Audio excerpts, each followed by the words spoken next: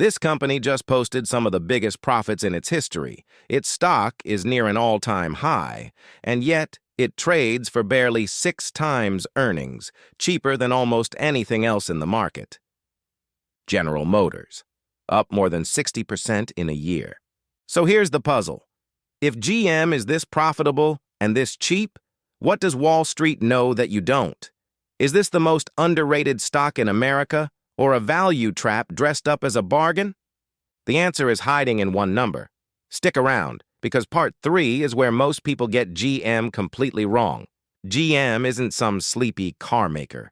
It's a $72 billion company that pulled in $48 billion of revenue in a single quarter. We'll run this in 3 parts. Why the stock is so cheap, the catch that's scaring everyone off, and the chart. Then a verdict, and the one metric that settles it. Let's start with why the bulls are circling. 1. Record profits and rising. Last quarter, GM earned $3.57 a share, beating Wall Street's estimate. And management didn't just hold guidance, they raised it again, now expecting $12 to $14 of earnings for the full year, with up to $11.5 billion in free cash flow. 2. This is the one that gets overlooked. GM is a share buyback machine. Since 2023, it has retired more than 35% of its entire share count. Think about that. More than a third of the company bought back and canceled. Fewer slices of the pie means every remaining share earns more even if profits stay flat. 3. The valuation. Even near its highs, GM trades at about 6 times forward earnings. The average car company trades at more than double that. On paper, you are buying record profits at a discount price. Record earnings, a shrinking share count, and a single-digit multiple. So why is it so cheap? Here's the uncomfortable part. A cheap multiple isn't always a gift. Sometimes it's a warning. And there are 3 warnings here. First, and most important, GM is cyclical. Car sales boom and bust with the economy.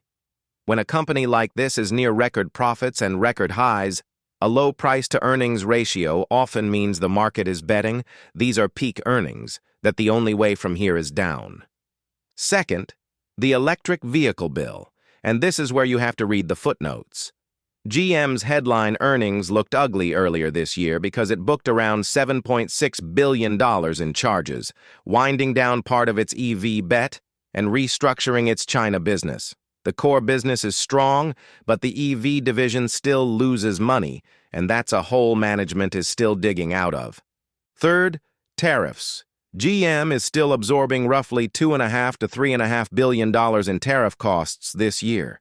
It's managing them well, but it's a real headwind that isn't going away. So put it together. A cheap multiple on top of record profits for a cyclical company near all-time highs. That is either a fantastic bargain or a classic trap.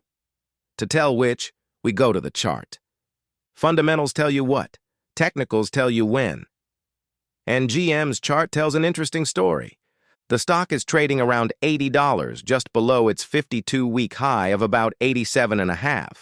So unlike most beaten-down value stocks, this one has already run hard, up around 60% over the past year. Momentum, though, is cooling. The relative strength index sits in the low 40s, neutral, and it's actually showing a bit of negative divergence, a sign the powerful run is losing steam right near the top. The levels that matter. Resistance is right overhead, around $84, and then the high near $87.5. GM has to break above those to keep the uptrend alive. On the downside, support sits near $77, with a firmer floor around $73.5. Lose 77, and the recent rally starts to look tired.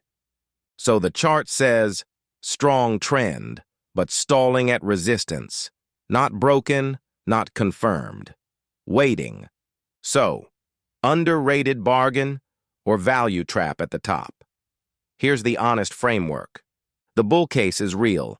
You're getting record profits, a shrinking share count, and a mountain of free cash flow, all for about 6 times earnings.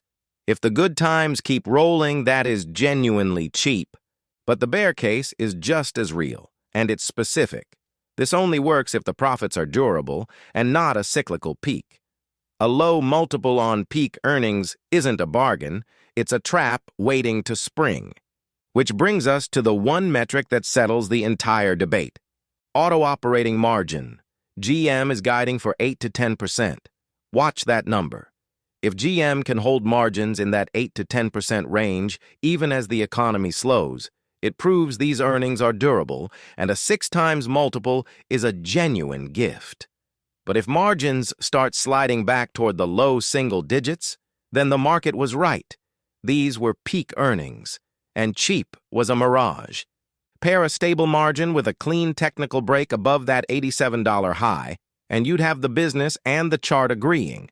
Until then, GM is a high-quality, cash-gushing cyclical at a tempting price, but one where you have to respect the cycle.